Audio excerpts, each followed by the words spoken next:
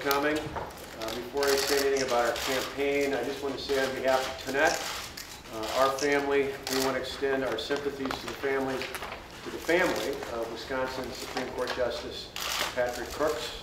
We will let the Supreme Court make the official announcement like that, but we just want to pass on our prayers and our sympathies to him and his family, certainly his wife and his children, and all of his extended family.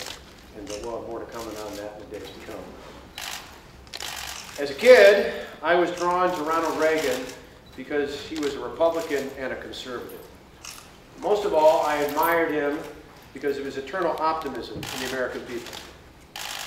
That thought came into my head when we were all standing on the stage at the Reagan Library last Wednesday. Ronald Reagan was good for America because he was an optimist. Sadly, the debate taking place in the Republican Party today is not focused on that optimistic view of America. Instead, it has drifted into personal attacks. In the end, I believe that the voters want to be for something and not against someone. Instead of talking about how bad things are, we want to hear how we can make them better for everyone. We need to get back to the basics of our party. We are a party that believes that people create jobs, not the government. And the best way to grow the economy is to get the government out of the way and build it from the ground up. We are a party that believes that the way to measure success in government is by how many people are no longer dependent on the government, because we ultimately believe in the dignity of work. We are the party that believes that a strong military leads to peace through strength, and that will protect our children and future generations, that good will ultimately triumph over evil. We are a party that believes in the American people, not the federal government. These ideas will help us win the election next fall, and more importantly, these ideas will make our country great again. To refocus the debate on these types of issues will require leadership. While I was sitting in church yesterday, the pastor's words reminded me that the Bible is full of stories about people who were called to be leaders in unusual ways.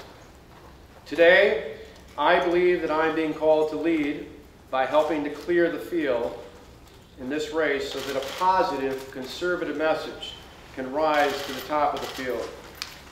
With this in mind, I will suspend my campaign immediately.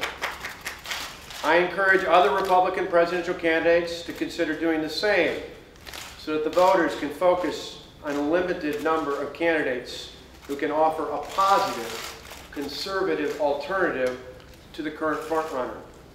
This is fundamentally important to the future of the party and, more importantly, to the future of our country. This is a difficult decision as so many wonderful people stepped up to support our campaign. Tonette and I are very thankful for the many outstanding volunteers and the excellent staff who helped us throughout the campaign. You all have been like family to us. Speaking of family, I want to personally thank my wife, Tonette, who has been a rock, as well as our two amazing sons, Matt and Alex. I thank my parents and my brother David and his family and all of our other family and friends for their love and support. Most of all, I want to thank God. I want to thank God for His abundant grace. Win or lose, it has always been more than enough. Thank you. Governor Walker.